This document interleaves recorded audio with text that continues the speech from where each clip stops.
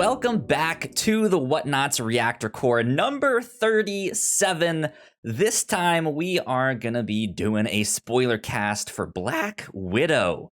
I'm super excited to dive into all of that stuff. My name is Kyle Springer, and I am joined by Melissa Wilkinson. Hi. And Ignacio Rojas. Hey, how's it going? It is going pretty good. Ignacio, how have you been? I've been pretty good. On vacation right now. That's why you see me now with a different background than usual. Okay. I think this is the background that I had during the January-February period, because I was also on vacation, so I'm pretty good right now. Sounds good. Relaxing on vacation. I'm about to go do the same these next couple weeks here, so I'm looking forward to that. But Melissa, how have you been? You and I did a podcast this morning. Yeah. I spoke to you mere hours ago. It rained more today. Okay, rained Just keeps more. raining. Just keeps raining here, but it had big, beautiful clouds after it stopped raining. You know when it stops raining, like right at sunset, and the clouds are still big? They're still fluffy, but like they're not gray anymore. So like then the sunset can color them all pink and purple and blue. That's a good time. Good time to be alive. There you go. There you go. Yeah, Melissa, you and I recorded the review show on the third and final season of Dark, which is one of my favorite shows. You guys should absolutely go check that one out.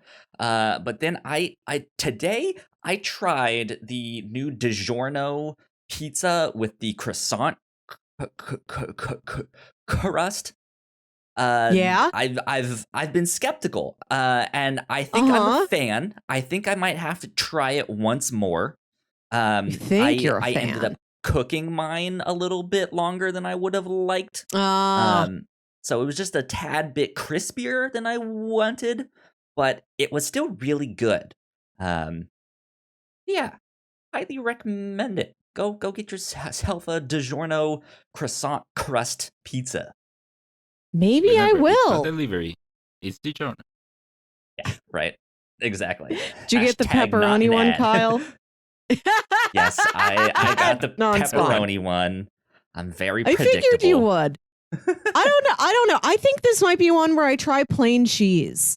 I feel like minimize the flavors and let the croissant really shine. Interesting. Okay. Good stuff.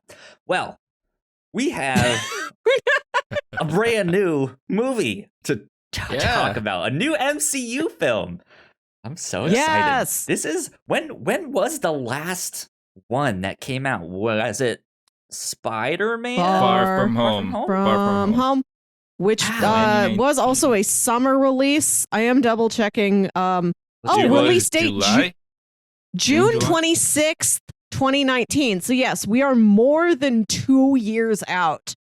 Wow. Yeah. Okay. Going from having 2 to 3 in 1 year to 2 years without any. And now we have 4 this year. 4 all in the second half of the year. They're crowding them in here. They are. And TV shows mixed in. If you guys did not know, we've been doing our reactions to Loki. We still have one more to go. The finale is out on this Wednesday. So be on the lookout for that as well. We also did a trailer reaction to Marvel's What If, because they put out a new trailer to that. So check that one out as well. But yeah, Black Widow. 2 years since we've gotten an MCU film. This one was directed by Kate Shortland, whose work I'm not familiar with. I looked it up. It seems like a number of short films that I'm not familiar with. So this is as far as it has been on my radar, has been their first like major thing. So that is what a debut. Exciting. A couple quick stats regarding money. So far, the movie has made $80 million domestically. It's made $78 million internationally, and has made $60 million from Disney Plus. That's $80 million in theaters. That sounds good. That sounds healthy. That's pretty good considering where we're at still in the pandemic and stuff like that. So good for them. Did you guys watch it in theaters or at home? I did.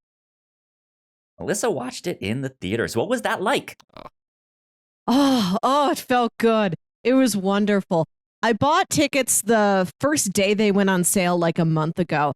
And when I got them, we were the first people to buy tickets for that showing at a fairly popular theater opening Saturday, 4 p.m. We were the first people in there.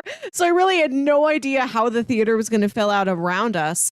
It was a good crowd. I don't think it wasn't at capacity, but there was at least more than half people there. Now that theaters can have more than half of the people in there at once. The energy was good. Were people wearing masks and stuff like that, or was it a mixed bag of stuff? I think most people were, unless you were a snacker. We weren't snackers. We went out to dinner afterwards. But I respect your devotion to a movie and a popcorn if that's how you choose to live. For sure. Yo, Ignacio, how did you watch it? No, it had to be at home here. Unfortunately, theaters aren't open widely here. There are places where theaters are opening, and because the way that we're doing this is that it's done by phases. So right here where I'm at, it's phase 3, which in theory theaters should be able to open, but for whatever reason they are not opening yet. I don't know why. Gotcha. But there are places that have open theaters. They opened this week actually, and so Black Widow was one of their biggest comeback movies for them. So unfortunately I couldn't. I don't know why they didn't open, but I'll watch it at home. Yeah. Okay. But I wish I could have watched it in theaters. I, of course, had the option been available, I would have gone to the theater 100%. I gotcha. Just for a little bit of context, Ignacio is all the way down in Chile. And then Melissa and I are in the United States. So, I could have gone to see it in theaters if I wanted to, but I chose not to, and I watched it from the comfort of my bed. I had my big screen there. I had my lights. It looked neat. I did the Disney Premier Access for $30, which I guess I did do it. That is the one that I picked because it was the cheapest way for me to go see it, because I don't drive, so I would have to pay for a ride there, and I have to pay for a ride back, and I have to buy snacks, and I have to buy my ticket, and that would have been like $50 or $60 by time I got it all. I had to buy snacks. You've got to pay for whatever you ate there. Yeah, you have a large candy budget, here. Kyle. I 15 sure of those do. dollars are exclusively on Twizzlers. Hey, a water is like $4 for that thing. It's ridiculous. So I stayed home, and I was just like, I already have snacks and stuff here. So you are the reason that movie theaters will not exist in 5 years. No, I want to go to the movies. Yeah. It's just this damn economy is so expensive. And it used to be that I could walk to my movie theater. It was a long walk, but it was one that was like, oh yeah, that's fine. I'll walk it. And I also used to have Movie Pass, rest in peace. And now I don't. So now I have to pay for everything, and it's like $50 or $60 every time. And it's just like, I hate this. This is a lot of money. You can't just bring in a nice backpack, messenger bag, a stylish messenger bag with a small bottle of water and a bag of M&Ms. I see. I can't do a small thing of water. I need my giant soda and candy there, sitting. Oh yeah, I need the full experience. Do you have an AMC near you? Because AMC A-List is one of the best deals I've seen in my life. I'm so sad that I only got to experience it for 2 movies while I was in SF. But A-List is one of the best deals ever. There is one in Richmond, but it's a lot farther than the one that I go to. So it'd be like, instead of paying $15 to get there, it'd be like pay $30 to get there. And it's just like, no thanks. I want to ask, what did you do in your home viewing experience? Did you do something that made this extra special? Do you have a special snack or a drink? I had these headphones. So I have a Roku TV. And I don't have a sound bar. So I was like, well, I could turn the volume up on my TV, but those speakers aren't great. So I got the Roku app on my phone, and that allows me to hook headphones up to my phone so I can then have a private thing there. So, because it doesn't have Bluetooth, but you can do it through the app, essentially. I haven't thought about that. I have a regular TV, but I do have a Roku, and I've got that app. I haven't thought about doing that before. It might have that feature there. So yeah, I put my headphones on and pumped up the volume, made it as loud as possible. So it was good. I enjoyed the experience. But let's dive in. Yeah. What did you guys think of Black Widow? Melissa, let's start with you. What were your kind of general spoiler-free thoughts? This was a lot of fun. This was definitely worth waiting to see it in a movie theater for me. I understand why it was held off, why the release date kept getting pushed back, so that it could be a theatrical experience. Yeah. This had a lot going for it. Like, I expected a pretty solid action-adventure movie, but I think this is... Oh, it was a little bit more than what I expected. It's really funny in some parts. The action's incredible. It fits in really well to just spy movies as a whole. There's a James Bond homage in there. There's a real Mission Impossible moment. I had a fun time. Absolutely. Ignacio, what did you think? I think it was a good movie. It was a solid movie. I don't have anything bad to say about it. It is good, but I do not feel like it was anything remarkable if you put it up against the other MCU movies. I feel like it is an average MCU movie, which of course that means it is good. It is very good. But that being said, I do have some problems with it. It could have been better, but it is still good. It's still fun. Yeah. I kind of agree with both of you guys. It was a really, really solid film. I liked it a lot.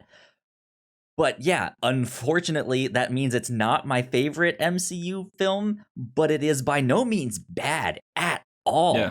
And that just means, like, despite it being at the very least like a solid 8 out of 10, that puts it like middling for the MCU. It's just like, man, it's like right in the middle of the road.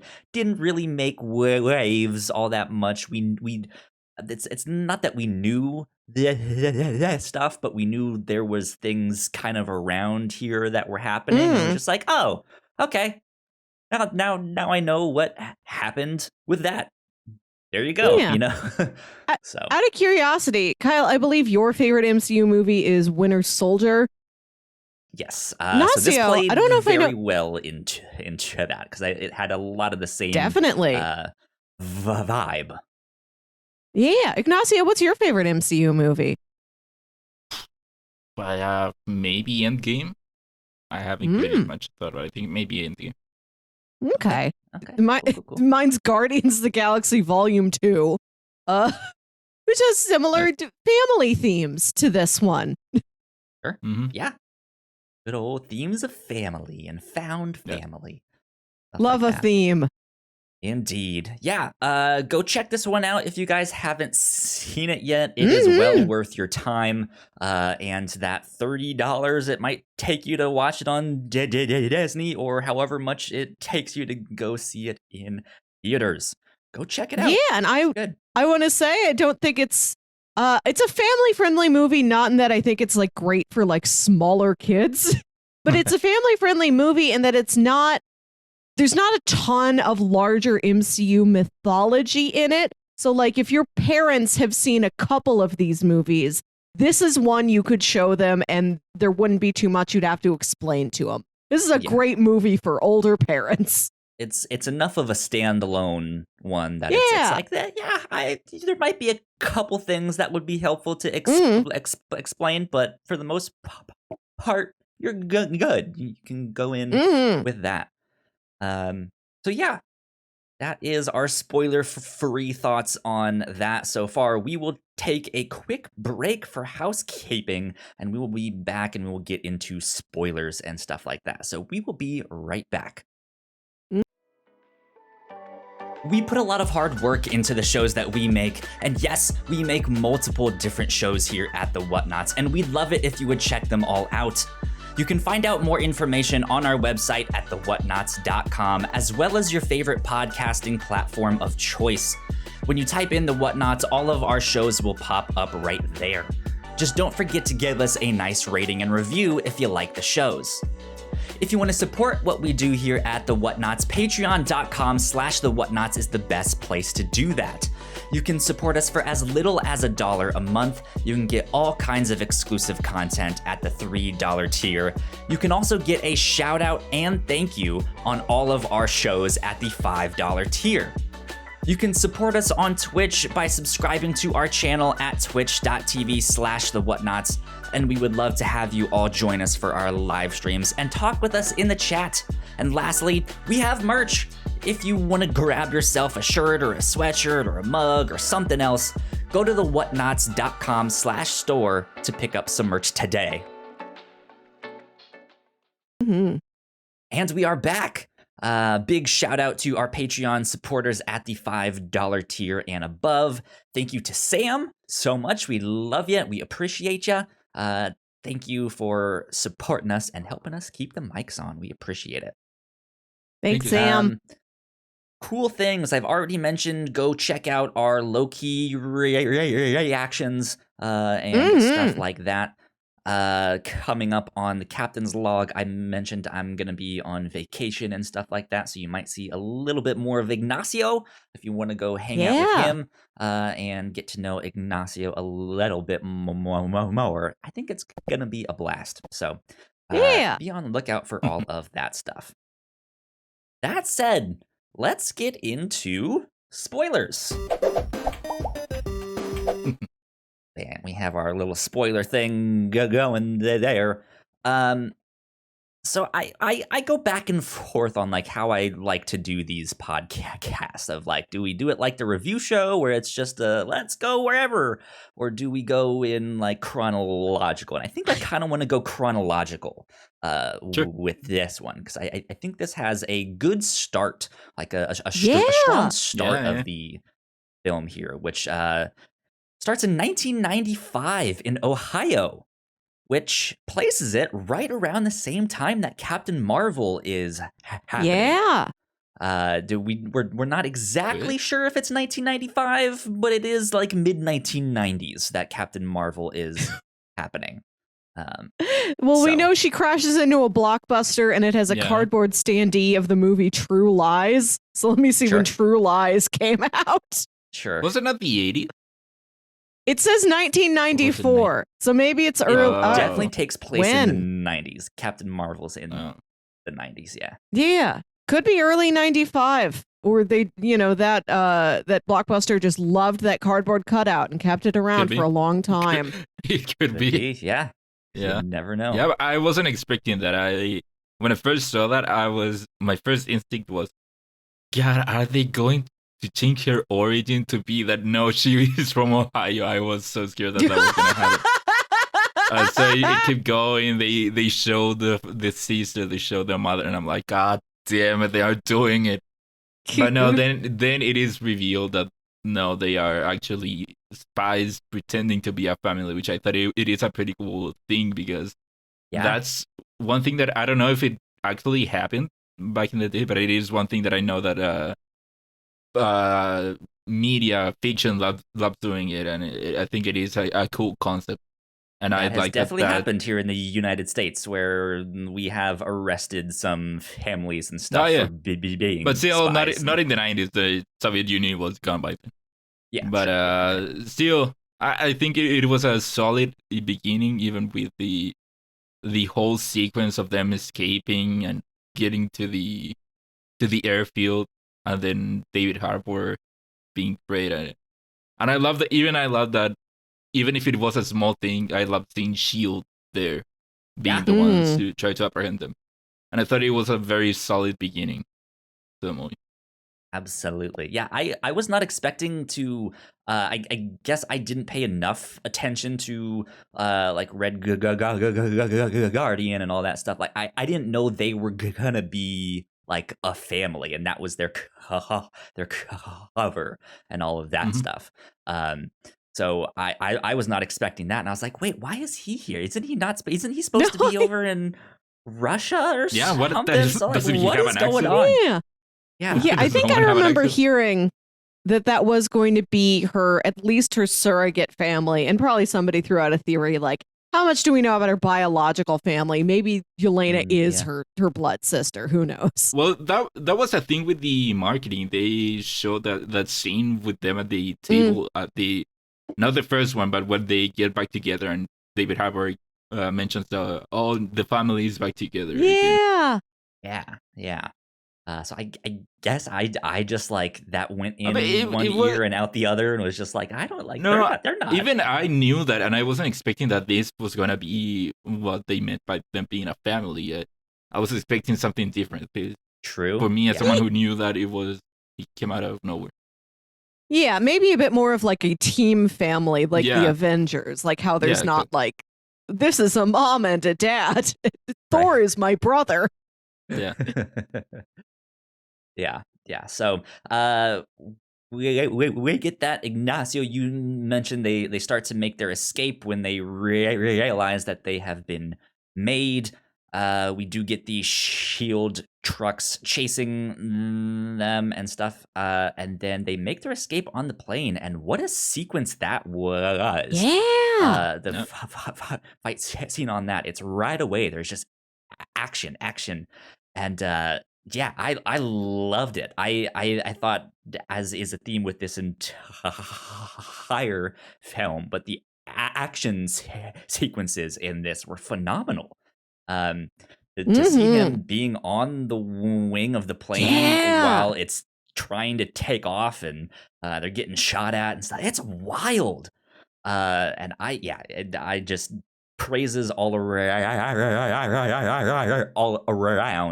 I loved it. I loved the action scenes there. Then we get the opening credits. Those were cool. Those were really cool. Different. Very different from what we got in before. Yeah, they've got the level of artistry that normally comes with end credits. Yeah. This movie doesn't have end credits. Cut straight to like the plain black and white, like the later half of all MCU and film credits have. Yeah, I was expecting just like, if a movie has opening credits, it's often like, here are the names, and we just put them over the scene.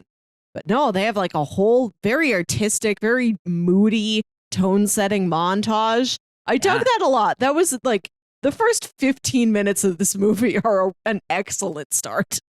Absolutely. It reminds me a lot of, because that's typically what older films used to do, is all of the credits would be at the start, or at least the big, like, important ones. And so, like, especially since this is pulling from, like, James Bond and Mission Impossible and this and that, and Terminator, like, it's like, it has the, like, it makes sense to put the credits at the start set to this song. And Melissa, now I think you know why, when you asked me on the Captain's Log what does Black Widow the movie smell like, and at first I was like, summer night barbecue, and then smells like Teen Spirit, and then stuff like that. The real serendipitous that's the random metric by which I asked you to please, spoiler free, tell me what the movie is like. I was like, oh, this is perfect. Yeah. But the rendition of that song is great. The smells like Teen Spirit cover. I forget who was hanging it. But it's really haunting.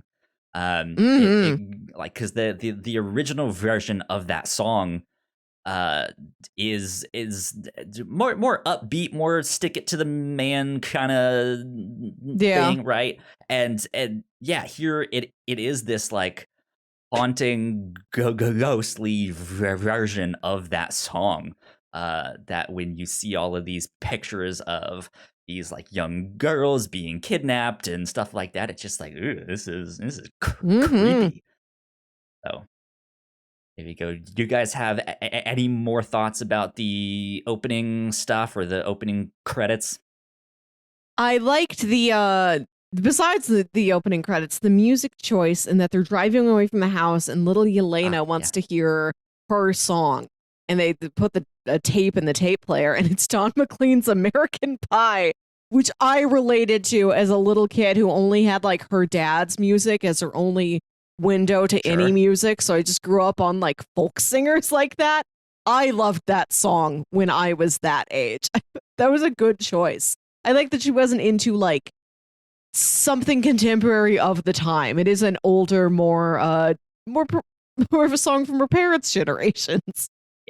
Yeah, absolutely. If they had that over there, maybe American Pie did not reach Russia. I mean, I from what it sounds like, it did, and that was maybe one of the more well-known ones. So I don't know. Or they just learned it while they were in Ohio for like 3 years. I think that's how it happened. That too. Mm-hmm. Now I know the father, in air quotes, is Red Guardian, but apparently the name of the mom, she's also a character in Marvel comics, but I'm not familiar with her, and I don't remember the name off the top of my head. It's but Iron Maiden. Iron Maiden. Okay, yeah, I'm not familiar with her. So it's just neat how there's like little small details in there within that of like, hey, they're like cover names are also the names of Marvel comics characters that are out there. But yeah, so they get to Cuba and the family gets separated. The girls then kind of get inducted into the Red Room. We don't see much of that, but we know it was not a good thing. No. And then the mom, I guess, had already gone through it, and the dad, being Red Guardian, he was like put me back in the field, coach. So yeah, they all go their separate ways. But this is where we pick up for the bulk of the movie, as after that, which the bulk of the movie takes place between Civil War and when we see Natasha next in Infinity War. So that's when most of it takes more specifically, place. it is between the end of Civil War. Not even the end of Civil War. It's when Steve leaves. Yeah. And then when they break them out of the raft. Right. Yeah. Because it happens before they all get broken up. True that, yeah. She's having a big week. I was thinking to myself, how do you guys feel about showing this movie to someone in chronological order? I thought about it, and I came to the conclusion that this movie might have benefited from coming out right after Civil War. It not definitely right now. Would have. Because it feels out of place. We saw Natasha die. We saw her sacrifice, and I don't think that having the movie now adds anything to that, or it's in any way elevated by that, and so it feels a bit out of place. I think it would have been way better having been included after Civil War. Yeah, I think it does add to it, but it comes too late. Is the thing, right? Like, now that we know that she has this second family. Well, yeah, right? Also like, we know where the jacket came from, but I do not feel like it added anything to that. If anything, I think her having a family might have added more to her death, but I don't think now knowing that her family is out there added to the death. That's what I'm saying, is like it adds to it, but it came too late. Like if we had known this information before she died, it would have been more effective. And we could have gotten another story in between there or something, right? We just could have gotten more because this movie rocked. Like it was really good, and I think people would have liked to see more of them, especially if they leaned further into the spy genre and not just the like big action blockbuster. But we may have opportunity for more stories like this in the future, centered around Yelena instead of Natasha, which I'd be happy with. I liked the context and dimension that this film added to Natasha's character. It does add some emotion to her death. I did, skipping pretty far ahead, I did like the coda where Yelena goes to her grave. I think that was a nice cap on the end of that. I think I would not show this chronologically right after Civil War because I don't want to separate that end credit sequence from the main movie. But I may move it around to be like, maybe slide this ahead of like Far From Home or something. Like I think there's other ways to like play around with it chronologically if you wanted to. Yeah. I think the big thing for me is that end credits, where that is taking place after the events of Endgame and all of that stuff. So it's like you would have to remove that and then show that afterwards, which is a strange thing to do. Yeah, it's a small thing, but for the most part, I think it works. But it's just that one small thing. I feel like it would do better to split the actual movie with the end credit scenes because it is a bit weird going from, hey, we are saying our goodbyes, you go your way, I'm gonna see how I go between against the government and see how I escape from that, and then going to the I got my jacket, I have my blonde hair, I'm gonna go and save my family. Got that? Next scene, dead. She's dead. Oh no, she didn't save her family. She died. Yeah, sister goes to the graveyard, and I think that it would have done in a hypothetical universe. It would have been better to split those up, and then have Black Widow come out after Civil War, and then somehow put that scene into Endgame somewhere. Yeah, at the end. Yeah, something like that. Yeah, it's a strange one.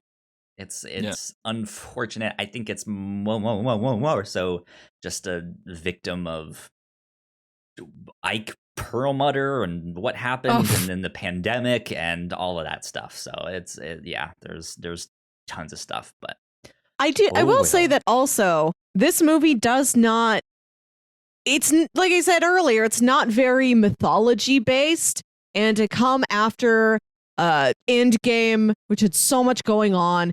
Far From Home introduces the multiverse. We get that J. Jonah Jameson appearance at the end. Everybody knows Spider-Man's identity. The MCU shows have been opening things up. Shang-Chi, the Eternals are about to show us things that are brand new. It is kind of nice that this movie is more of its own story. That doesn't have as much like setup relying on it. It almost feels like a kind of a nice break. Like we've got all the MCU stuff you love, but you can relax a little bit. Right? Yeah, like it's a good first, because this was supposed to be the first thing that we saw as the start of Phase 5 is what they're on now, right? 4. Okay, 4. So like it's a good, like if you really know nothing about the past MCU stuff, like I feel like this is a good enough like step one. Hey, they're about to do some new saga thing, and you don't need to know much here. And then WandaVision, and then Falcon and Winter Soldier, and then Loki, and then good first step. But so we then see Yelena. Yes, we do see Thunderbolt Ross trying to track down Black Widow, and she has tricked them. She's on her way to, I think it was like Poland or Norway or something. Norway. Yeah, Norway. Norway. And so she slips through his fingers, and she is essentially sent a package. Now, we saw a scene of this package when Yelena had it. She got zapped by this red mist that we were just like, oh, what is going on here? It looks like they were trying to track down a rogue.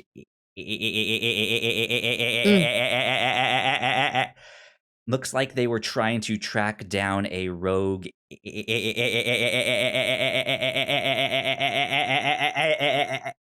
Cannot speak. A rogue Black Widow. Let's go with that one. And yeah, this Black Widow like shot this red mist in her face, and it seemed to do something to her, and it disoriented her and stuff like that. And she was like, "Where am I?" Or reoriented her. Yeah. And it turns out that a bunch of these Black Widows are like being mind controlled, and that the guy that is controlling them is like watching it all and can hit these buttons to make them do certain things. And and this mist is like the antidote for that. And so Yelena gets the idea to send this to her sister, the Avenger, Black Widow, right? So like maybe they can do something. And Black Widow doesn't really know what to do with it at first, and that's when Taskmaster shows up. What did you guys think of Taskmaster? Wait, before that. That's one of the things that confuse me. There are a lot of things that confuse me at one point or another. Okay. So the guy that's helping Black Widow, he mentions that, hey, I got this from Budapest. What I got from it is that he went to Budapest to like a safe house and collected stuff that was there. But the sister sent it to her, or did she send it to the safe house and the guy got it? I think she sent it to the Budapest safe house, because that I think is the last. Well, not I don't want to say last location, but just a like, hey, it's a secure location that I know if no one is there, like it will still be safe. And he I guess was just like checking in on the place and was like, oh, I guess you have a package. So they collected all your old letters. So somehow he picked it up and was just like, here. Yeah, somehow he got the thing and give it to her. And so Kyle, you're skipping a very important part here. So Black Widow says that, hey, my generator isn't working anymore. I need some gas. She puts the gas can in her car. She drives, and then she dies, or she should die because she gets a rocket straight to the car. Yeah. Which almost acutes a breach. Thanks, she should die. And then she's like, see, you. The bad thing for you is that I aim better when I'm pissed. She should be dead. She that's should not be. That's not the only point the worst in the of movie. It in this film. She took a lot of falls where she was just getting hit left and right and like ragdolling out of all sorts of stuff, and it was just like, how is she alive? What is going on? She's not a super soldier. When did she get superpower? I have two other things I want to note to go back briefly. When she is hanging out there briefly in the trailer before she leaves, she's watching Moonraker. Yeah. I'm fascinated that is the James... Like, I can understand, let's have her watch an old James Bond movie. Moonraker is a very interesting choice. It's a very goofy movie. But I think it plays into the scene where the contact gives her, like, all those fake passports and whatever, and she's like, you can't name me Fanny Longbottom.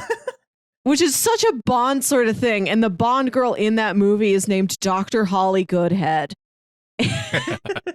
Also, that movie does have like a floating base, like we see at the end. So it does kind of foreshadow that a little bit. I thought that was a very interesting choice.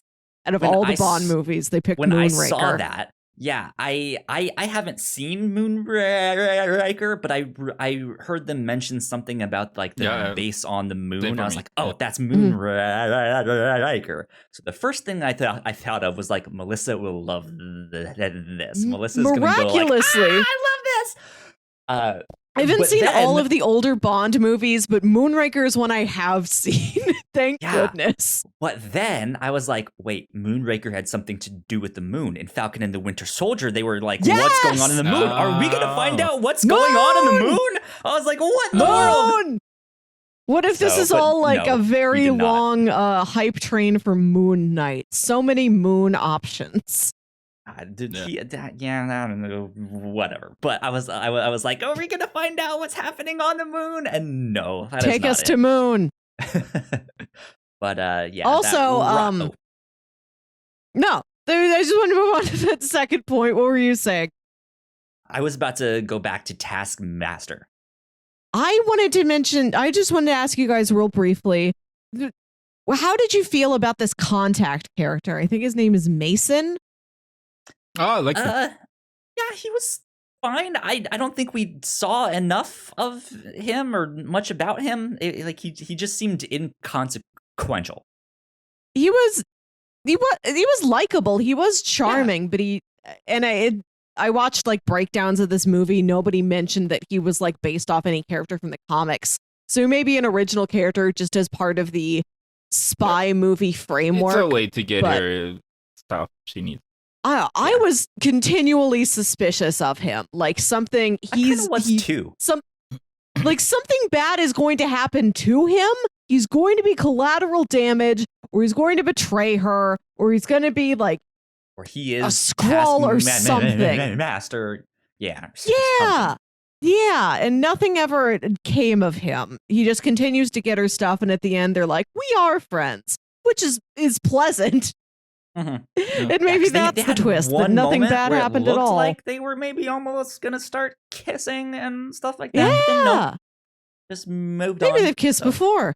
Who knows? Also, him being Taskmaster, I think, would have been a better setup than the reveal that we got of who is Taskmaster. I don't think so, but I see what you mean. I have thoughts. I see have what you mean. I don't know if you want to go into that now. In a sec, yeah. So Taskmaster, he ends up attacking Natasha because he is after, or they are after the like red vials that Natasha now has, and. Yeah, Taskmaster was in the 2018 Spider-Man video game, so a lot of people would recognize that character from that. Also in Marvel's Avengers. Yep. He's in Marvel's Avengers 2, and he's in the comics. He's a really, really cool villain, but I don't think he shows up enough. If that makes sense, like he's underused in general or here? Just in general. I think it might be the nature of his character that he just can mimic whoever, right? Yeah. But still, I love his character. I think that he has so much potential to be like such a cool thing because his whole deal is that he can mimic everyone's fighting style. That's why he's so difficult to fight. And they even have that scene of him or her watching a fight from Civil War in the airport. Mm-hmm. And Taskmaster is such a cool concept, and I think that this movie severely underutilizes it. I agree. And it is also kind of. It's also kind of undercut by Natasha and Yelena having the same training. Like they taskmaster each other when they meet each other in the Budapest apartment, which is an amazing scene. Like all of the fight scenes are great. But yeah, I understand. I also agree that I liked what they ultimately did with Taskmaster, but I also could have had a whole movie that's just Taskmaster. Like I could have taken more. Like just a highlight reel of Easter eggs. Like, oh, that was Black Panther. Oh, that was Winter Soldier. Yeah. Oh, that was this. Oh, that, so yeah, a little bit disappointing with that, but we've been kind of dancing around it. Wow. That Taskmaster ends up being, what was his name? General Gore or something? Drake. Yes, General Jarekov. It ends up being his daughter, which about halfway through the film, there was the scene, I think when they go in the subway, and Taskmaster is walking around, and we got to see more of Taskmaster, like in the suit and in the light and all that stuff. I was like, that's a woman. Like immediately then I was like there's no, like, you're small, like you don't have like a big neck or big shoulders or stuff like that. So I was like, that's probably a woman. Really? Which then I was like, I wonder if it's like her mom or her sister somehow, or who knows what. But yeah, in that subway scene, I was like, I bet you it's a woman. And turns out I was right. So. Before the movie came out, I saw someone write something on Twitter. Someone that already had watched the movie before, like as a preview or whatever. And he said that there's one thing in the movie that I'm gonna predict: people are either gonna love it or hate it. Yeah. And so it didn't click for me. I even forget about that until they are in the Natasha is face to face with this other guy, and they are about to reveal who it is, and it just clicked to me. God damn it! They're gonna make Taskmaster his daughter. And my thing isn't, my problem with it isn't that it is a woman or that it is something new.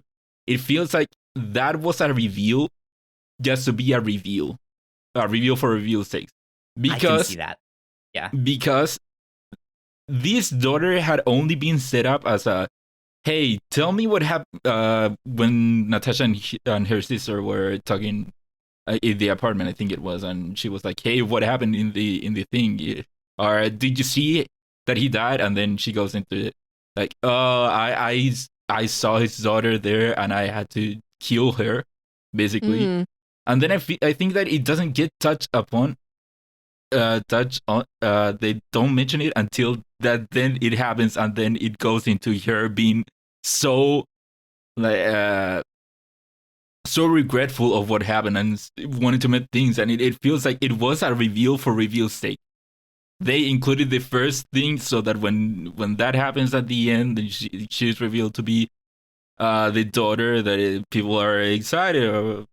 I cannot believe that it's this person. But I don't think that it was used well enough for it to actually matter. And then that also goes into my bigger problem with Taskmaster, which I think that Taskmaster was severely underused. It had one good fight scene at the beginning with introduction, which I wish they could have gotten longer. And then the next time that we see Taskmaster is when she is chasing the Black Widow and her sister.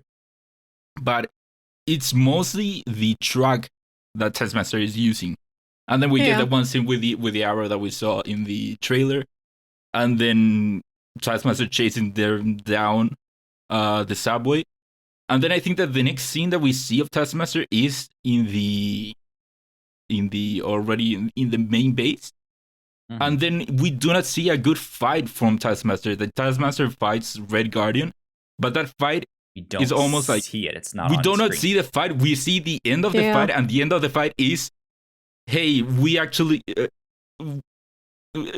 Taskmaster is fighting Red Guardian, but hey, we tricked you into falling into this one cell room, and we're gonna leave you there. Yeah. And that was super disappointing that that's how they are going to deal with Taskmaster. And then we get the final scene with Taskmaster and Natasha fighting while they're going down, which was cool while it lasted. And then they got to the ground, and then they do like one throw punches once or twice, and then that's how she deals with Taskmaster. And I think Taskmaster being her, Taskmaster's whole thing being like, I can mimic anyone's fighting style. It was used once, and then never again. Yeah. Yeah, I can see the upset with that. I agree that the character was underused. There wasn't enough fight scenes. There wasn't enough of like, this guy's a problem. Mm. Like, how do we fight that? Yeah. Someone who can see a move once and can do it perfectly. Like that wasn't really dealt with. But I I think it was good that it was the daughter, but I also think that they didn't set it up well enough.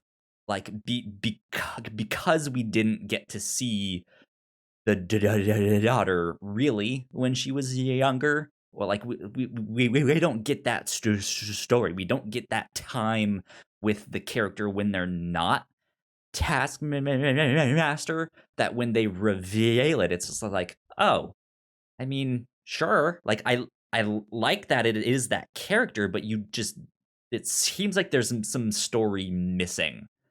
Yeah, like you're telling us that it is important, but we haven't seen it be important. Actually, we haven't. It isn't important to us. You're just telling us that it is important. And to be honest, go ahead. No, you finish up.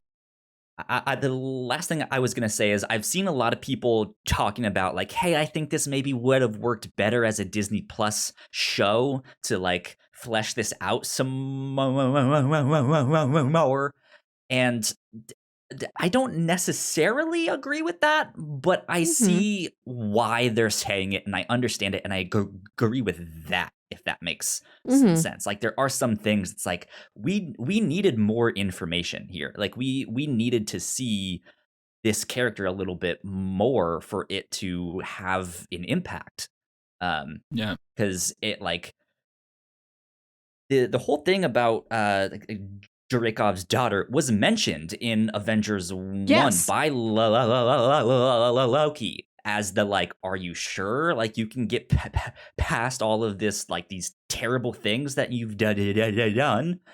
And we find out that the terrible thing that she did was she used the kid to track him and then blew them both up. But it's like, yeah, she killed a kid and like she doesn't like that, but it seems like they almost glossed over that, right? And there was this like, how do we find the red room on top of that? Like there's no detective work there's no spy work there. It's just like, oh yeah, they're right and here. Also the red room doesn't actually we see her going outside the red room and that's it. Yeah. The red room doesn't play any part of on anything. Even though they've set up the red room as being this big thing, the red room doesn't end up being anything.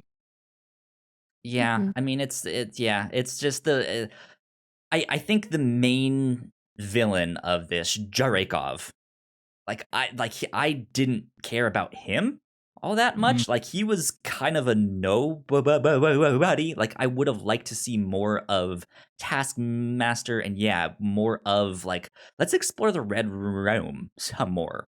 Like let's figure out what's going on with that. Let's see more of the widows fight and be a team and stuff like that. But regardless, the stuff that we still got was really good. Like, you can't blame it for that stuff. Like, it's still like I loved what we got. It was just like I want more. Like I think like it's the only issue. I don't want it to seem like, at least for me, like that I'm being like, this movie was bad, it did this wrong, and we didn't get that, and all of this stuff. It's just like, we didn't get this stuff. It sucks that we didn't get that stuff. I wish we would have gotten more because what we did get was really good. So, yeah, that's why I think that this movie is good, but it is MCU average, which is good because we got Taskmaster, we got a good scene with Taskmaster, we got good setups there, but you cannot go off just on setups and ideas. Actually, you need actual to actually deliver on it. Yes, we got a good Taskmaster scene where we got to see Taskmaster show off different fighting styles of different Avengers, But that was just one scene. It was just one scene in the movie. Mm-hmm. And we got a reveal of who Taskmaster is, but the reveal was kind of like a reveal for a reveal sake. It was good, but it could have been more. Should have been more. Absolutely. I want to say that I think the Taskmaster reveal worked on me. Maybe because I have seen the first Avengers movie so many times that is a line I actively remembered. I didn't remember. And I think the initial scene is a good at first you think it's just a callback to that, and it's a very appropriate feeling callback, but also like plants that idea back in your head that she's even if she puts on the brave face and she says truthfully, I did what had to be done. Those were, that was the egg I had to break to make the omelet, to make the world a better place. I had to take him out no matter the cost. That was the cost, unfortunately. I did what I had to do. And you can tell that she has like a twinge of regret. Loki was kind of right. She brushed it off. She regained all her composure after she finished that act she was putting on for him in that scene in Avengers. But you do get the impression that is something that has, out of all of her kills, that's one that has stuck with her. And I appreciated that they could have used Taskmaster to set up a dozen different things. But I kind of like that it was just something very personal for Natasha. Like, who's the person that's going to have the greatest impact on her, the protagonist of this movie, and her last hurrah? She has the opportunity to she still did a terrible thing, and she wound up creating, when she thought she had killed this girl, instead she had more injured her very badly, put her in this position where her dad's like, well, I'll put a chip in her head, and that'll make her walk and move around.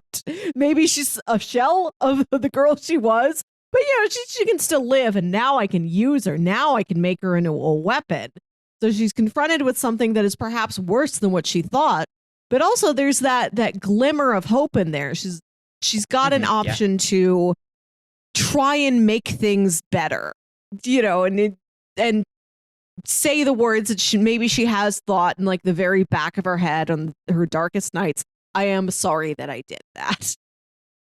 I agree. Yeah.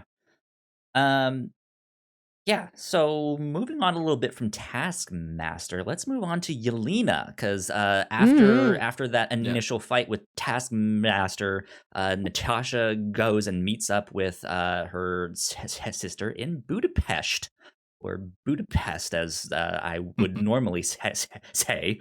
But I guess that's not the correct way to say it. So, so we finally meet Yelena at the Budapest safe house. What did you guys think of Yelena? Alyssa? Delightful. I love their interactions. I love how much they were like sisters and giving each other shit. One of my favorite recurring jokes from the movie is her mentioning, bringing up the whole thing of her doing and calling her a poser for making poses, and then, but it's that one. I love it how she brings it up at the convenience store. Then when they are at the prison, she does that and she mentions like, "Oh, you're such a poser." And then when they are at the other final base, and Yelena does that, I love it how she does it.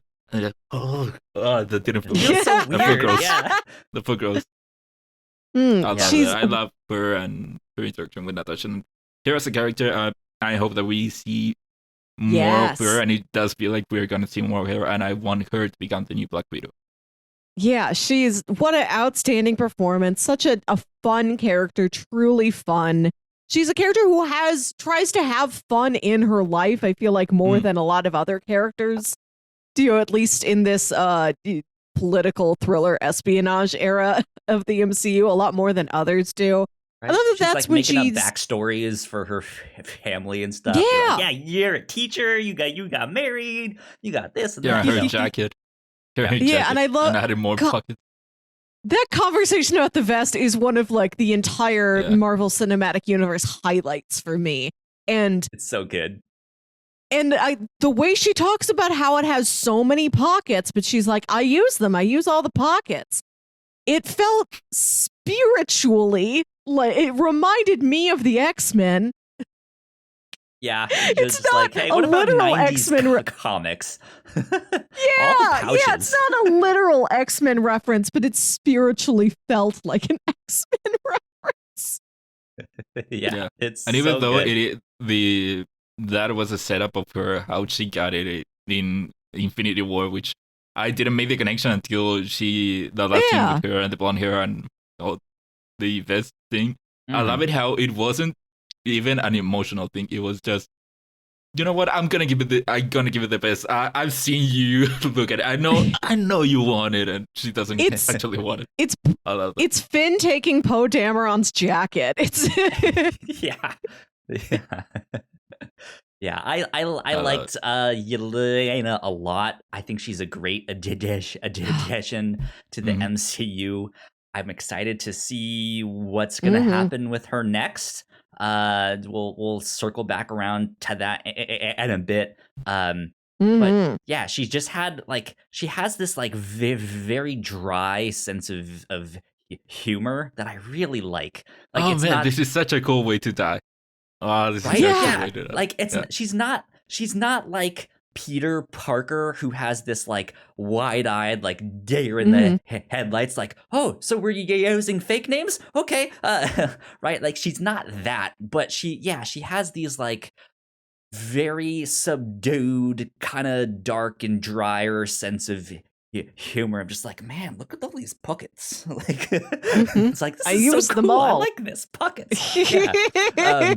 And she just has this personality that I don't think we've really seen yet in the MCU. No one else has what she has. I love her attitude of, if this is my life, I might as well have fun with it. Yeah.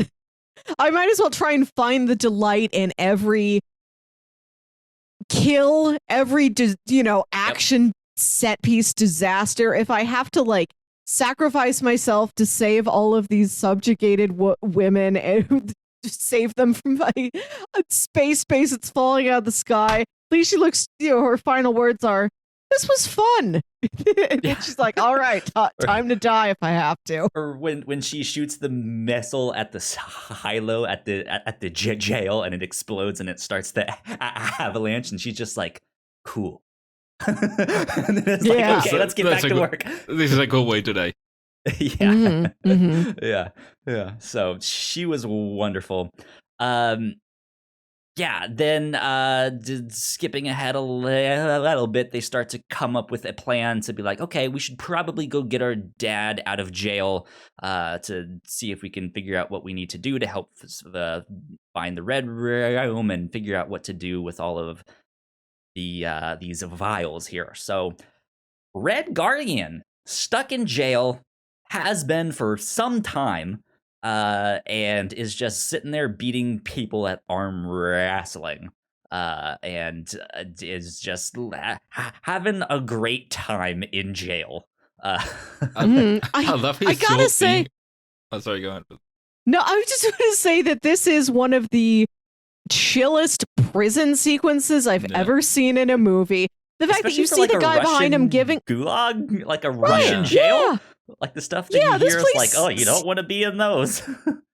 No, you see the guy sitting behind him giving him a back tattoo, and I've seen this in a dozen movies where you're just doing it with a needle and a pen. That guy's a real tattoo gun. He's got a real one.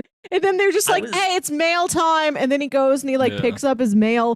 You don't have it at a regimented time. It's oh, we'll call you specifically when you get it periodically throughout the day. Yeah. It's still probably not a great place to be, but just in terms of every prison scene I've ever had to see in entertainment in my life, this was a nice, refreshing change. I feel like that tattoo guy wasn't getting much work done because Red Guardian is moving back and forth and laughing and all this stuff. It's how can you sit? It's dude, stop moving. So I liked his introduction a lot. I like that he's just completely making up bullshit stories about Captain I America. I loved very much how he is talking about his rivalry with Captain America and his fights and whatever. And then this last guy comes out and he has his, hey, when did this happen? Oh, I haven't done it, 2000 or whatever. Yeah. Yeah. Was it Captain America frozen still at that point? Yep, it was. Apparently, that character, that big guy, is also a character from the comics. Ursa Major, Mikael Ursus. So it's kind of funny name. when they call him like, look at Big Bear over here. Mm-hmm. So, yeah, I liked his character a lot. He's just loud and boisterous, and he's a good, fun character to have in the midst of this like very serious spy action drama. And then they do the whole like Incredibles thing where he's like trying to get on his suit afterwards. It's like still fits. Yeah. What up, ladies? So, good stuff. What did you guys think of the breakout scene? And Ignacio, just a heads up, your camera is still blurry. Yeah, I know. I'm trying to fix it. But what did you guys think fun. Of the breakout scene? You liked it, Melissa? Yeah, I thought that was a fun sequence. All of them were fun sequences. They were. That one was another sequence that really reminded me of like a James Bond thing, where it's like it's an escape from some prison, and there's an avalanche thing this is going on there. So one of the more Mission Impossible things happening. I think there's a isn't there a prison break at the beginning of like Ghost Protocol? I don't remember that one exactly, but I think so. When I picture it, I picture it with a Brad Bird energy. Yeah. Yeah, I remember it now. Yeah. I don't know if it was a Ghost Protocol, but remember. Yep. Thoughts on Prison Break? That one there. I think it was fine. Don't know what I would have wanted out of it more to make it more than just fine. I thought it was fine. It was a lot of fun. I love David Harbour's character. Yeah, he's one of my favorite characters of the movie. But yeah, I thought it was fine. Okay, that's fair enough. Mm-hmm. Well, after that, they take their father and they go try and find their mom, because he's like, I've been in jail this whole time. I don't know where the Red Room is, but your mom might know. And so they go to find her. Meanwhile, they have a small family reunion. Wait. The whole conversation with him and his daughters, I love it. I love yes. The whole thing again with the dark humor, like how he mentions, oh, you're in that type of the month. No, I'm not. I went through this whole procedure. They took it out, and I was about to get to the fallopian tubes and stuff and all that, and then when they get to the ground, he talks about how proud he is of them because of all the blood in the ledger, even though that's a huge thing with the Black Widow, of how much blood she has on the ledger, how that's bad. He's being so proud of it. I love this so much. Yeah, he's so energetic. He's like that is his game, and he's so proud that he raised these girls to be good at that game, even if it is killing people for hire for the good of Mother Russia. Yeah. Yeah, I think it also adds to the last scene that we got in Age of Ultron, where Natasha is talking to Bruce Banner about what the Red Room did. I know there's a lot of people out there who didn't really like that scene and thought it wasn't handled very well. Personally, I didn't think it was that bad of a scene. I think a lot of people took that out of context. But yeah, I mean, it is a tragic thing that happened. It is not something that they like or they wanted. I don't think that is. I mean, we now know that we don't like Joss Whedon, but I don't think that was him trying to say like women are all monsters because they like. I was like, no, that's not what they're doing. But still, yeah. I think I always read that as a scene where she didn't feel like a monster because she couldn't have children. She felt like a monster because that was removed from her specifically so that she would never have a distraction from being a killing machine. That her body was altered to become better at being an assassin. Yeah, not that she chose not, like the option to choose at all was completely removed from her for these very cold practical reasons. Yeah. So yeah, it helps to add some context to that. Yeah, then they go meet their mom, and she is mind controlling pigs. What a surprise to see just a bunch of pot-bellied pigs in the middle of this movie. Yeah, right. And then ones that could like actually be pets and like, okay, go outside and go do that. Like that was wonderful. But yeah, it is them still experimenting on mind control and stuff like that, which was pretty scary. Yeah. I thought there was a scene in here that was one of the strongest in the entire film, when Natasha is arguing with the parents, so to speak, just being like, this was all a lie, like you guys aren't my family, all of this stuff, and you can visibly see Yelena just being like, what are you saying, Natasha? Like before she says. Before she speaks up, you can just see her being like, what is going on? And then she does finally speak up and is like, this was real to me. Like I was young enough where I didn't really know what was going on. So you were my mom. Like you were my real mom. You were my real dad. Like this was a family. And she took it very hard when the family got split up. What did you guys think of this scene? Well, it was her only moment. I love it. I love how she conveys that it was the only moment for her of her being happy or her having a quote unquote normal life, and it was all a lie, which is so tragic. Yeah, absolutely.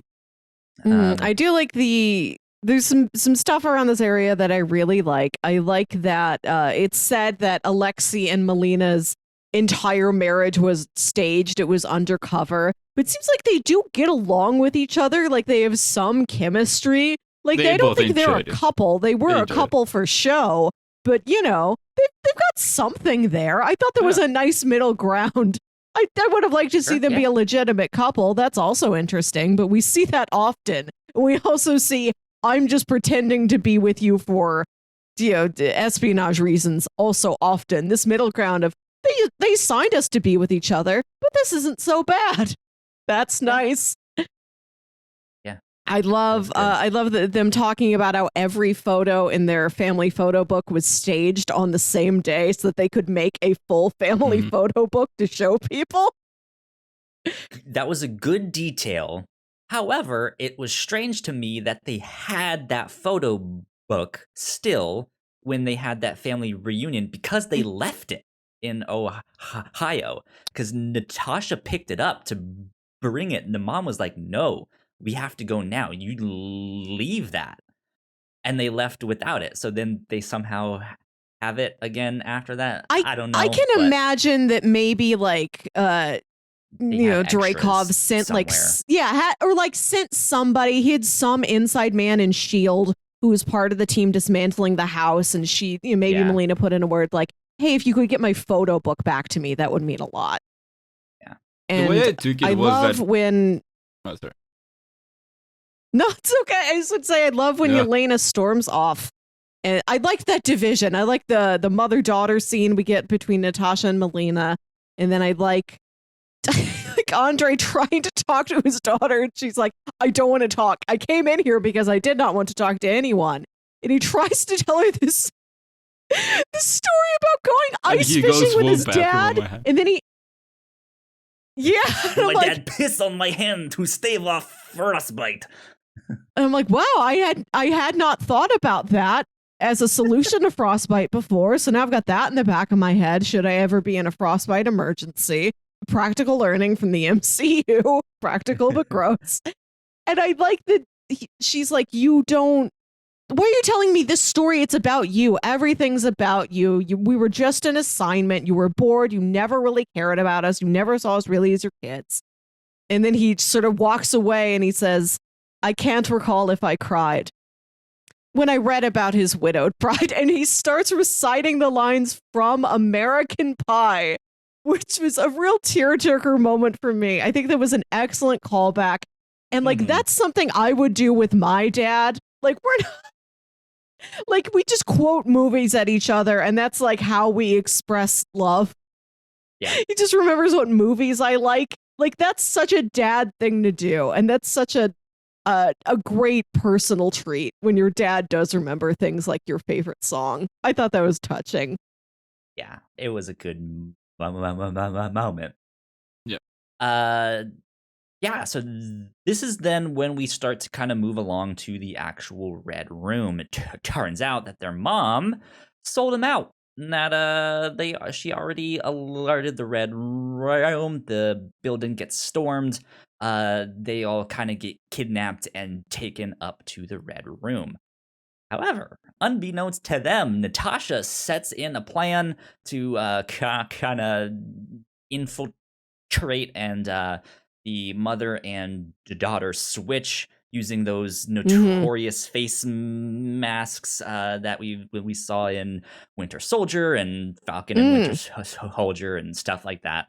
And yeah, this is where we get to see the Red Room. This is where we get to see what's happening in there. This is where we get to see Jarekov once again, and we get the reveal of Taskmaster.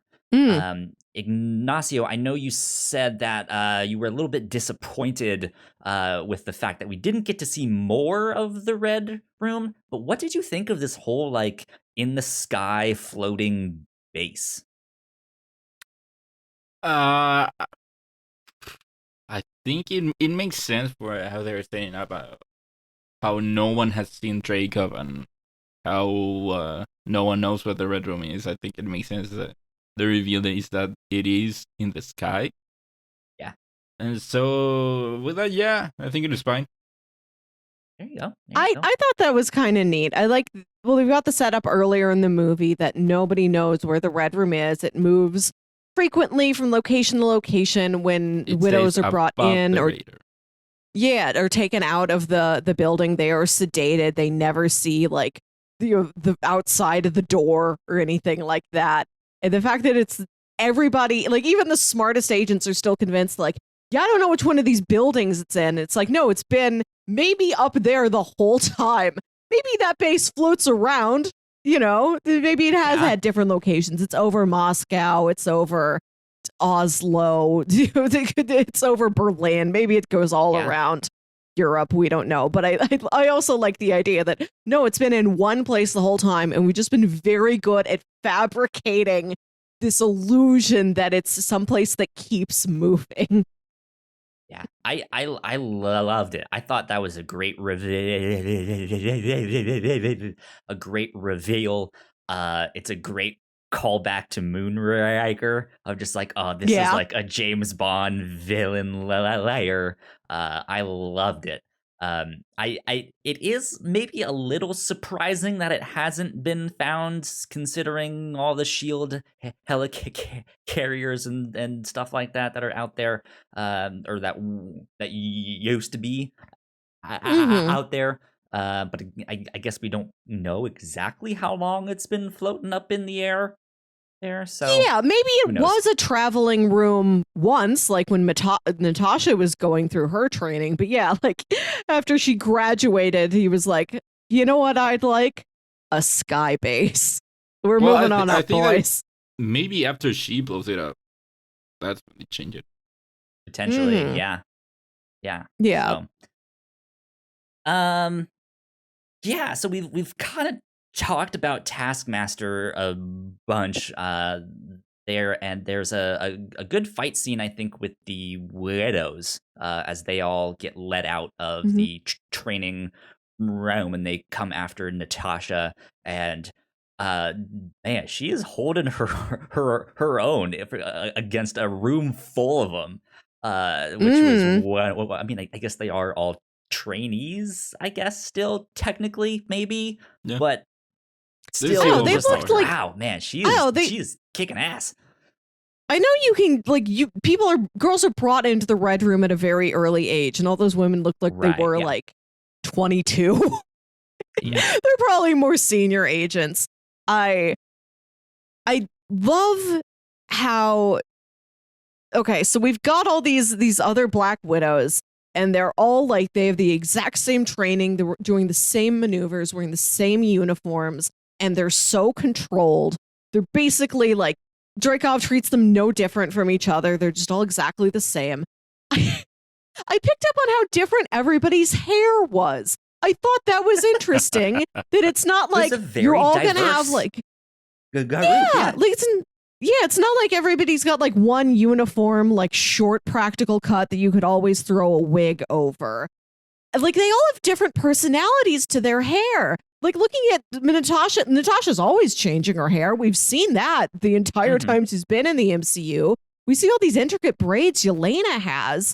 I like that as like this example of, this is the one thing that these women have. Like, Yelena talks about how she's never gotten to buy her own clothes before, but the hair seems like an interesting possibility to me. Like, maybe and I thought about how among all of the killing, the weapons training, the sharpshooting, how many languages you have to learn, all of these other espionage skills, one of them has to be, okay, this is how you like do your hair. This is how you do your makeup so that you can become all these different sorts of people. Do you have to sneak into a gala in an hour? This is how you make yourself look gala ready.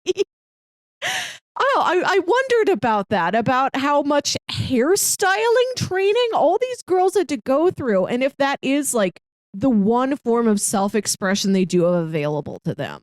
It's like, I am a trained killer. I do what this man tells me. I can't fight against him. But I feel like braids today, and that's something I can do for myself. Yeah, that's an interesting thing to point out.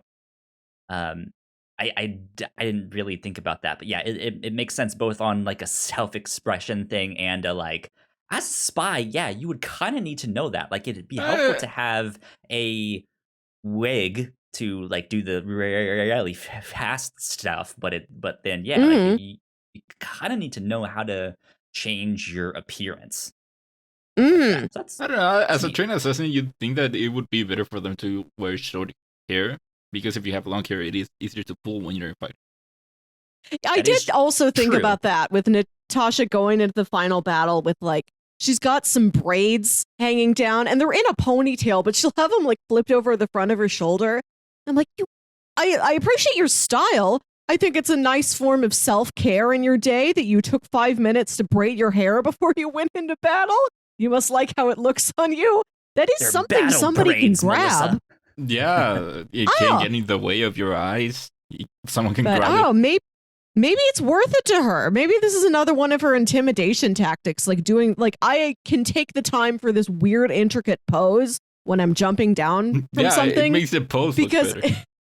Like, I can dispatch you so easily. I am so efficient. I am so powerful. I can duck away from you before you have the chance to pull my hair. Yeah, good stuff.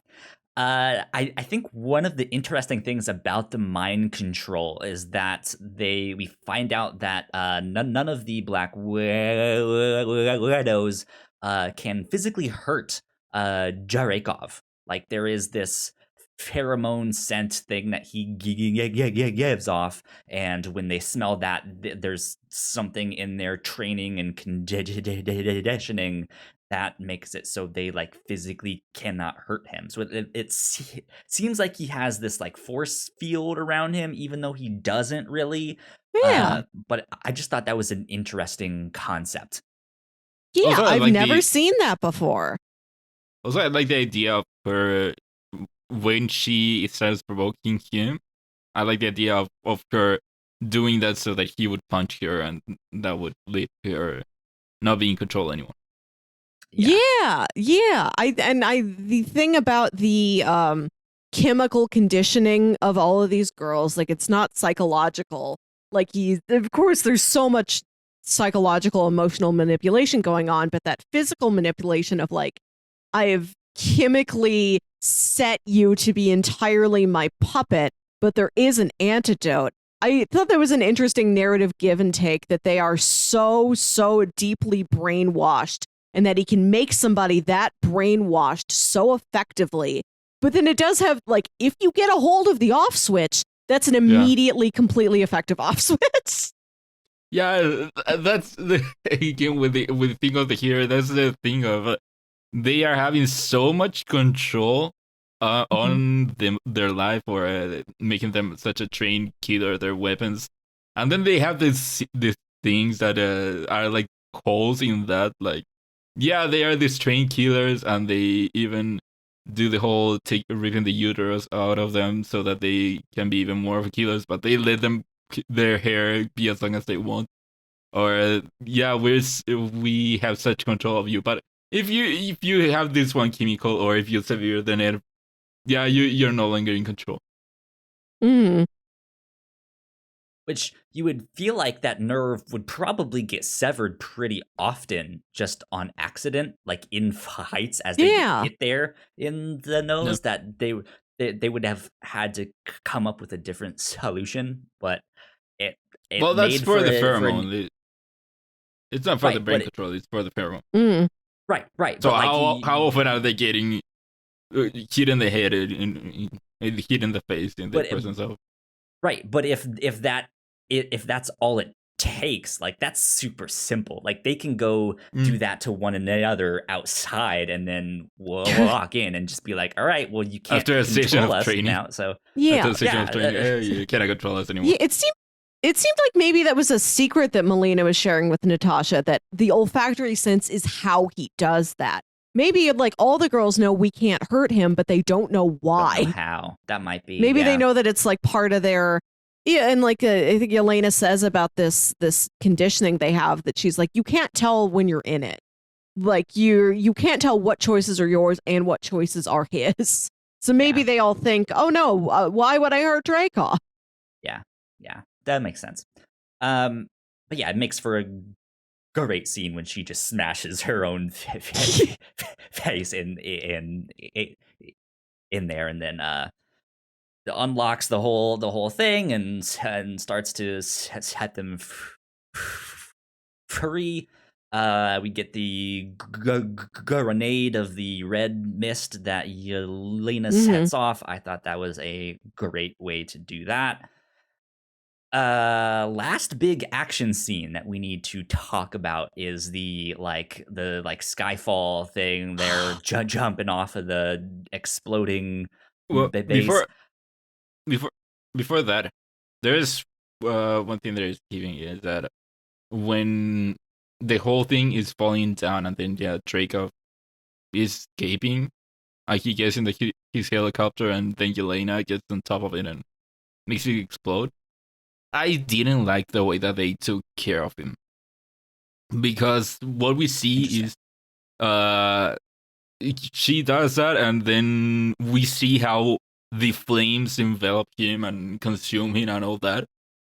And the reason that I do not like it is because before in the movie they bring up the fact how she blew up the building, and then Yelena whole response is that, but you didn't see the body die. Did you see it die? Check the body. Did you check the body?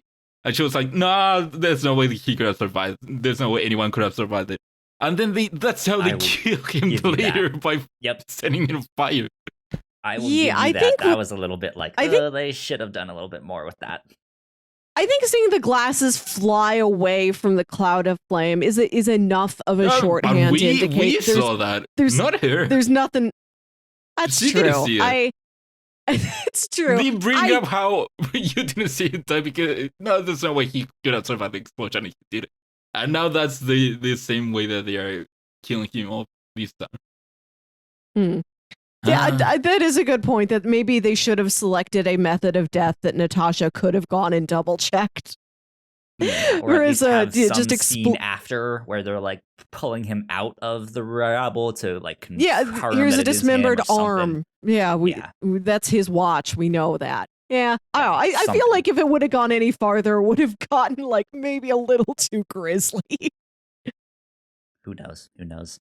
But yeah, that last big major fight scene when they are falling out of the destroyed base, I thought was incredible. I don't know what all the stunt work that they did to go into that, but that was wild. That it looked fantastic. I guess we'd kind of already seen bits of that in the trailer and such.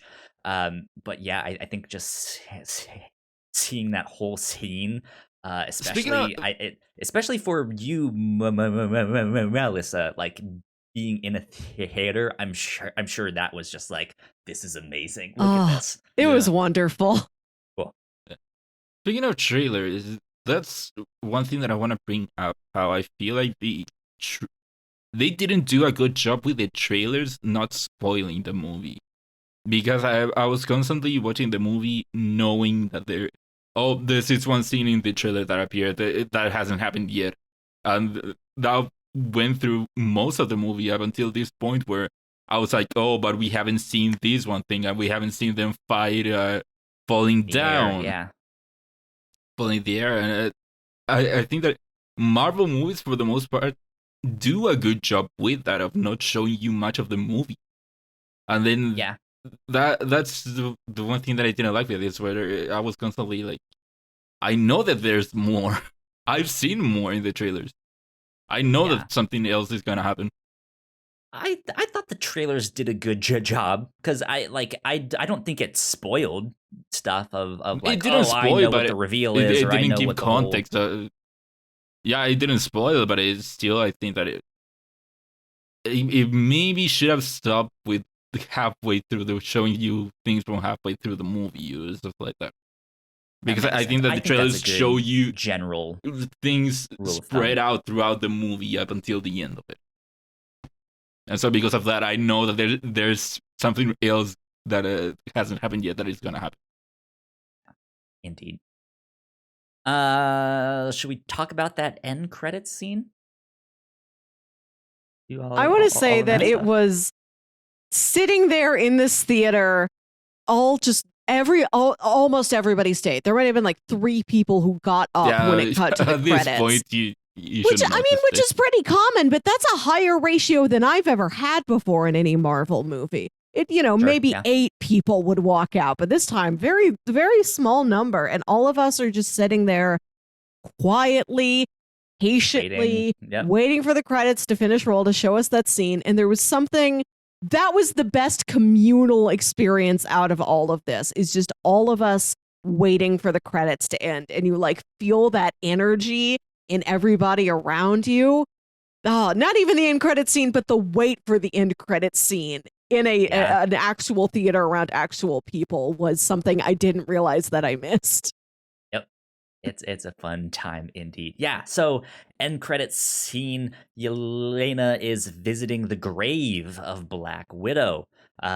She is kind of making sure it's taken care of and putting some new stuff down on the grave.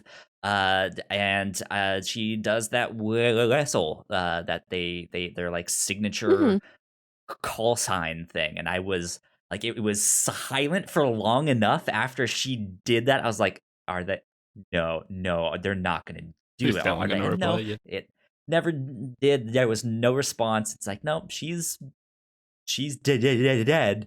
But yeah, then you get the scene of Yelena standing there.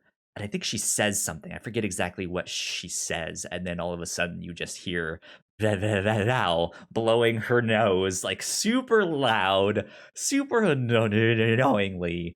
And yeah, that I think that would have been.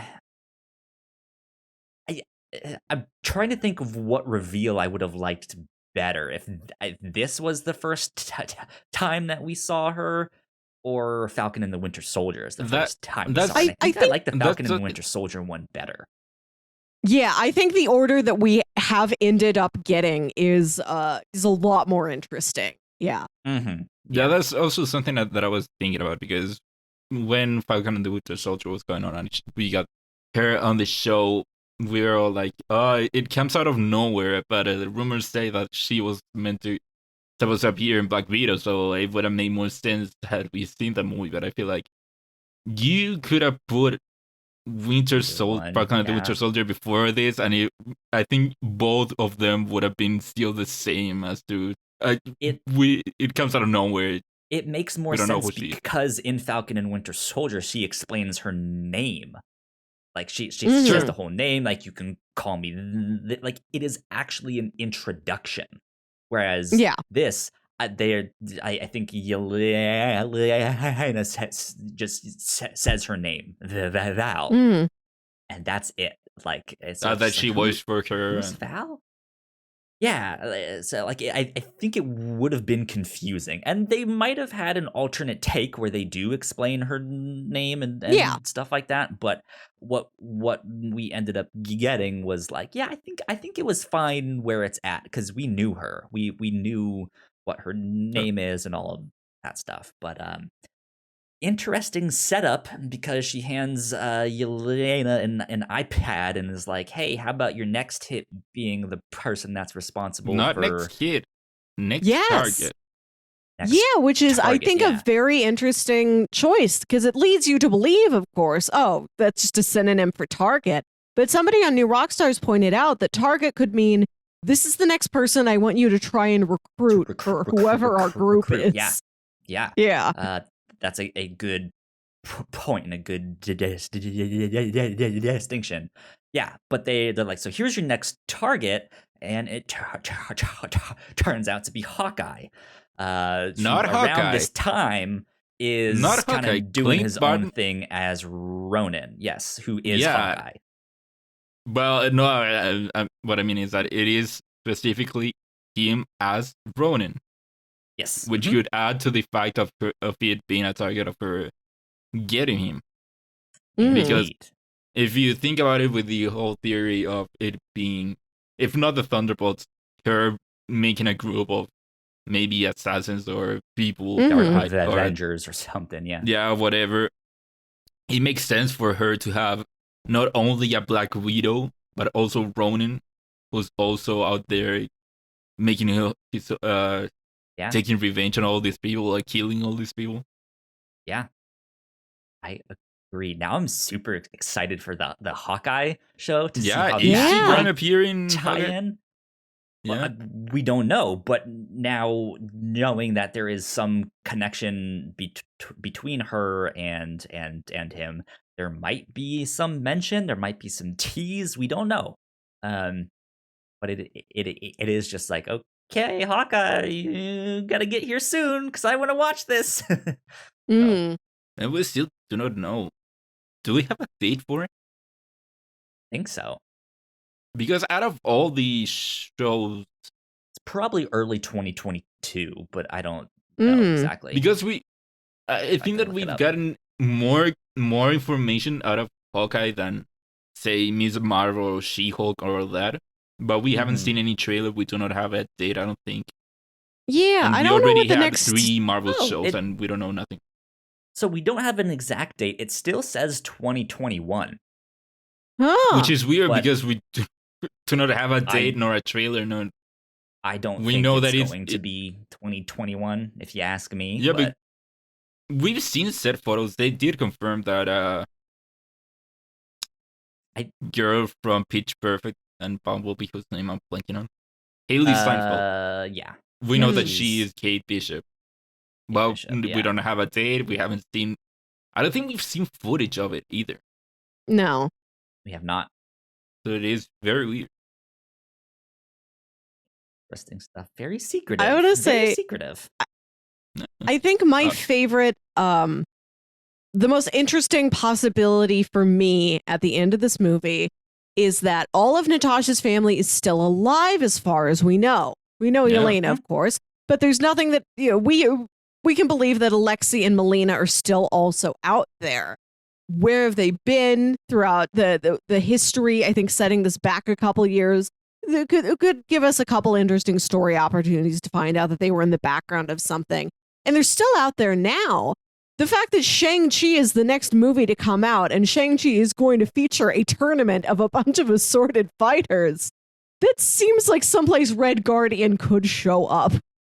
I don't even know about Red Guardian, but like, what if they send one of the widows? Yeah. Yeah, we also have them out in the world. They're out there. Seems like I keep forgetting their mom's name in there, but yeah, Melina. Okay, yeah, it seems like she's now gonna be in charge of the widows or whoever these people are. If they want to stick around, who knows? But yeah, those women could go on to do anything. Maybe some of them are like, I'm out. All of them. Right, exactly. I'm going into hairstyling. I want to be a social worker. Maybe some of them do. We have only two skills: killing and doing our hair. That's the only two things that we could do. Yeah. So hairstylist, I guess. Yeah, maybe some of them can't get out of the path of being assassins. Maybe some of them are more altruistic. Maybe they go out there and try and save other people. It reminded me of Lupita Nyong'o when we first see her in Black Panther, when she's saving that truck of girls who are being trafficked. Maybe some of them find their way to her. I mean, we've got just this whole team of, I think her name is Nakia, who's her character's name. Yeah, her and just a bunch of former widows who will probably take some other name. I don't know if Black Widow's what you want to be called, especially after that was what your creepy overlord was the name he imposed on you, and there became one woman who was singularly known as Black Widow. Who knows? Maybe there's like Yelena had we're the cool chicks and we're here to help. They could be anything. Great name, Melissa. We're the cool chicks and we're here to help. Maybe they don't want anything that sounds actiony. Maybe they want something that sounds like it is like a group of girls in your mom's sorority. Yeah. Well, that's about it for that movie. Do you guys have final thoughts? Black Widow. It was a good time. Yeah. I enjoyed it a lot. To the MCU. Good return. I'm glad that the ball is now rolling.